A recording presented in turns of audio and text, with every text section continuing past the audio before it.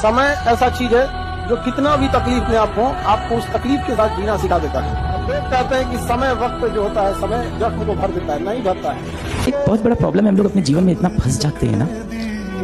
ये सब चीजें मुझे अभी रियलाइज हुई लाइफ में, आपके एज में नहीं हुई थी। इनफैक्ट ये सब होने के बाद धीमे धीमे ऐसे लोगों से मिलते मिलते बैठते बैठते मुझे एक चीज बहुत डीप रियलाइज हुई है कि हम रोज दिन भर में ये बात नहीं सोच पाते कि लाइफ लिमिटेड टाइम के लिए हमारे पास है। भारत के 1000 वर्षों के इतिहास को उठाकर अगर देखें तो इतिहास यह कहता है कि जब तक यहाँ पर किसी के माँ बाप जीवित हैं तब तक तो बिजली का बल्ब भी खुद बंद नहीं करता, तब तक नलों से बहता हुआ पानी बंद नहीं करता।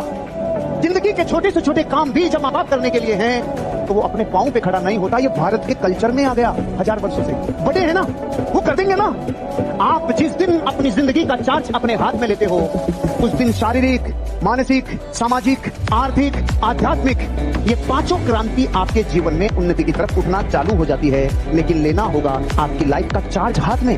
लाइफ में आप सब याद रखें, खास दोस्त को भी राज का बात नहीं करते, क्योंकि उस खास दोस्त का भी कोई ना कोई खास दोस्त होता है। एक खास से खास होते तो बेखास हो जाता है।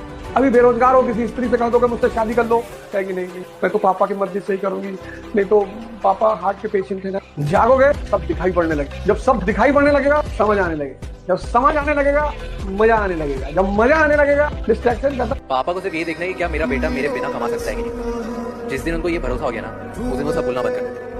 जब तक उन्हें लगता है ना कि यार मेरे बिना इसका क्या होगा, तब तक वो हर चीज में कंट्रोल करने की कोशिश करते हैं कि नहीं तू ये गलत कर रहा है, नहीं तू ये गलत कर रहा है। वो बस ये चाहते हैं कि यार मैं नहीं हुआ तो ये कैसे करेगा। खुशियाँ मिलती नहीं मांगने से, मंजिल मिलती नहीं राह पर रुक जाने से। भरोसा रखो खुद पर और उस ईश्वर पर, क्योंकि सब कुछ देता है वो सही वक्त आने पे। अब न तेरे आने की खुशी न तेरे जाने का गम, बीत गया वो जमाना जब तेरे दीवाने थे। सर हम बार बार मोबाइल उठा लेते हैं, सामने रखो मोबाइल, सामने रखो मोबाइल सामने, और उससे कि मैं तुझे अभी उठाऊंगा 1 घंटे बाद और फिर दिन भर देखूंगा, फिर 1 घंटा बीत जाएगा, तुम्हारा मन तुम्हें याद दिलाएगा तुमने कहा था मोबाइल उठा लेंगे, देखो अभी नहीं 1 घंटे बाद। जैसे ये तुम्हें बेवकूफ बना रहा है ऐसे तुम भी बनाओ इसको। ये मत कहो कि नहीं उठाऊंगा, आज से नहीं उठाऊंगा, ये मत कहो, और उठाऊंगा अभी 1 घंटे बाद उठाऊंगा और दिन भर देखूंगा।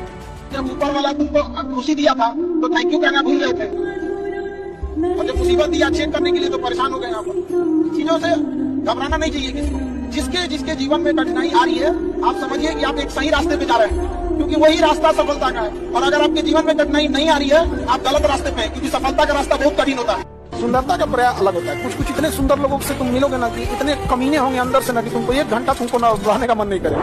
बहुत कमीने होते हैं और सुंदरता ही सब कुछ होता ना तो बॉलीवुड वाले हीरो हीरोइन का डिवोर्स ही नहीं होता है, सबसे ज्यादा उन्हीं का होता है। अपनी किसी भी मेहनत को बेकार मत मानना, अपनी किसी भी मेहनत को बेकार मत मानना, मंजिल तुम्हें जरूर मिलेगी, बस हार मत मानना। सबसे ज्यादा लोग माँ बाप को परेशान करते हैं, तो मंद बुद्धि है वो सबसे ज्यादा माँ बाप को ही परेशान करेगा। अगर तुम्हारी उम्र 20 साल है तो तुम माँ बाप को तो परेशान ही नहीं कर सकते, अगर उसने तुम्हें 20 साल का किया है तो इतना कर दिया है। जिस दिन मैं सिरफरा हो जाऊंगा मैं उसी दिन फरिश्ता हो जाऊंगा। मेरी टहनियों को काटने वालों सुनो, मेरी टहनियों को काटने वालों सुनो, अगर मेरी जड़ जिंदा रही तो मैं फिर हरा हो जाऊंगा। जितनी सारी किताबें हैं वो आपके चारों ओर घिरी पड़ी हैं।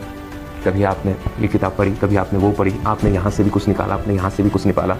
यही आपका उस समय दोस्ती का दायरा है। इन किताबों से दोस्ती कर लो और मन में ये सोचो कि यार ये 3 महीने अगर मैंने बेहतरीन तरीके से झोंक दिए तो जो 3 महीने बाद जो एग्जाम क्लियर होगा वो मेरी आने वाली पूरी जिंदगी को बना देगा, और मेरी ही नहीं मेरे पूरे परिवार की जिंदगी को बना देगा।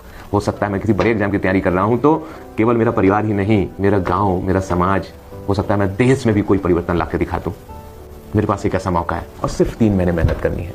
मैं समझता हूं बड़े से बड़ा एग्जाम अगर 3 महीने अपने आप को पूरा झोंक दिया जाए तो आप बड़े से बड़ा एग्जाम निकाल सकते हैं। ना पढ़ने का मन कर रहा है, ना कहीं जाने का मन कर रहा है, किसी से मिलने का मन कर रहा है, कुछ करने का मन, जिससे बात करने का मन नहीं कर रहा, अकेले बैठे हैं, आंखों से आंसू बहते जा रहे हैं, कई बार आप समझ ही नहीं पा रहे क्या हो।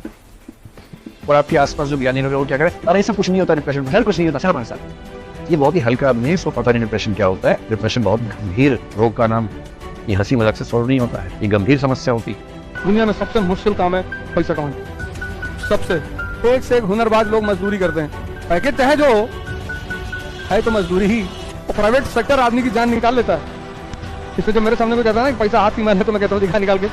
तो पैसा ज्यादा होना कम होना वो बहुत बड़ा चीज है, लेकिन जब इंसान बड़ा डिसिप्लिन वाला हो, किसी की इज्जत करने वाला हो, किसी की मजबूरी को समझने वाला हो, किसी के वर्क करने बड़ा ठीक लगता है। और ये सब टाइप का जो तुम लोग बीच में चिड़चिड़ी करने लगता है, बड़ी अजीब लगता है। हम सोचते हैं तुम लोग को हम लोग इससे ऊपर जहाज के फर्स्ट क्लास में ले जाए। याद रखना, जो इस दुनिया को छोड़ के जाता है उसे तकलीफ नहीं होती है, जो उसके आस लगा के रहते हैं उसको तकलीफ होती है, समझे?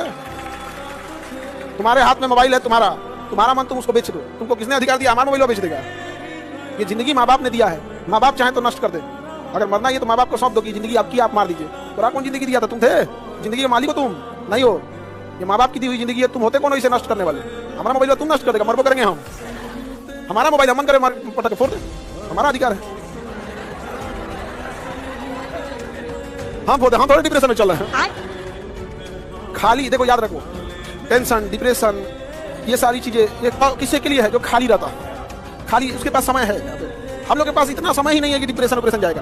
देखना, अगर कोई दुख आएगा ना, जैसे किसी के घर में मृत्यु होती है तो महिलाएं उस चीज को बहुत देर लगता है उसे भुलाने में, क्योंकि उनके पास टाइमिंग ज्यादा होती है। घर में होती है एक जैसा काम होता है, घर का काम हम निपटा ली, फिर बैठ के टेंशन में रहेगी। लेकिन पुरुषों को क्या है ना, 75 काम रहता है, बाहर जाएंगे डेली नया टेंशन मिलेगा। तो दिमाग में जितना आपके टेंशन रहेगा, आप डिप्रेशन से मतलब नया बवाल मिलता रहेगा डिप्रेशन। अभी मान के चलो हमको कोई डिप्रेशन नहीं रहता, सपोज करो कोई टेंशन रहता, अभी उधर से प्रशासन 4 को सुना रही है, सरकार कह रही है कि नाप देंगे आपको, जाएंगे जेल, बीपीएससी कर रहा है, तुम्हारी भाषा खराब है, और बाकी कोचिंग वाले लोग तो इस इंतजार में है कि कोई सहूरी एग्जाम ना हो तो हम खान सर को कहेंगे कि क्या फायदा हुआ आपको गए। आने तो बेटा सबके पास है, लेकिन जिसको सच में लगना है ना, वो कुछ नहीं देखता। उसको बस एक चीज हो, अर्जुन को सिर्फ उस घूमती हुई मछली की आंख दिख रही थी और कुछ नहीं दिख रहा था।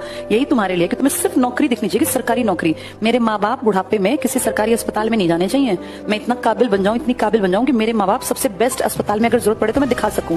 मेरे बच्चे किसी सरकारी स्कूल में नहीं पढ़ेंगे। मैं जहां जैसी कंडीशन में रहा या रही, हमारे बच्चे उससे बेहतर शिक्षा पाएं, एक अच्छे घर का माहौल बनाएं। और ये चिंता ना हो कि 2000 रुपए नहीं है तो मैं क्या करूं, 5000 रुपए माँ से मांगने पड़ेंगे, चाचा से मांगने पड़ेंगे, हाथ फैलाने पड़ेंगे। नहीं, हम देने वाले बन सके कि कोई हमारे घर आए तो उम्मीद लेके आए कि इनके पास पैसे मिल जाएंगे, ये तो नौकरी करते हैं। तो अपनी इमेज अच्छी बनानी है बेटा, लाइफ बहुत लंबी है, इसके लिए बहुत मेहनत करनी पड़ेगी। अब 10 साल बाद कुछ नहीं है तुम्हारे हाथ में, फिर तो सब चला जाएगा। ये कोई टाइम होता है। आज ये 26 साल की है, 26 साल तक इसको संघर्ष करना पड़ा, लेकिन इससे ये इनका घर था। इनको पढ़ने के लिए जब पढ़ने का शौक इतना था ना, तो देखिए ये एक लगाए हैं और ये बांस से ऐसे अपने से टेम्पोरेरी छप्पर बना के और ये पढ़ रहे हैं। तो आज यहाँ से यहाँ आ गए हम मुकेश बाबू, अब यहाँ आइए। अब चेहरा थोड़ा मिलाते, दुबले पतले थे उस टाइम थोड़ा, अभी थोड़ा सा ठीक ठाक हो गए, अधिकारी हैं भाई।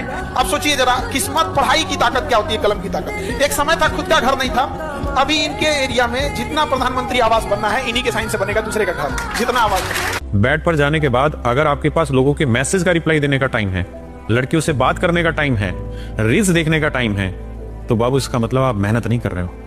बहुत सारे स्टूडेंट इस भ्रम में रहते हैं कि वो बहुत मेहनत कर रहे हैं, पूरे दिन पढ़ते हैं।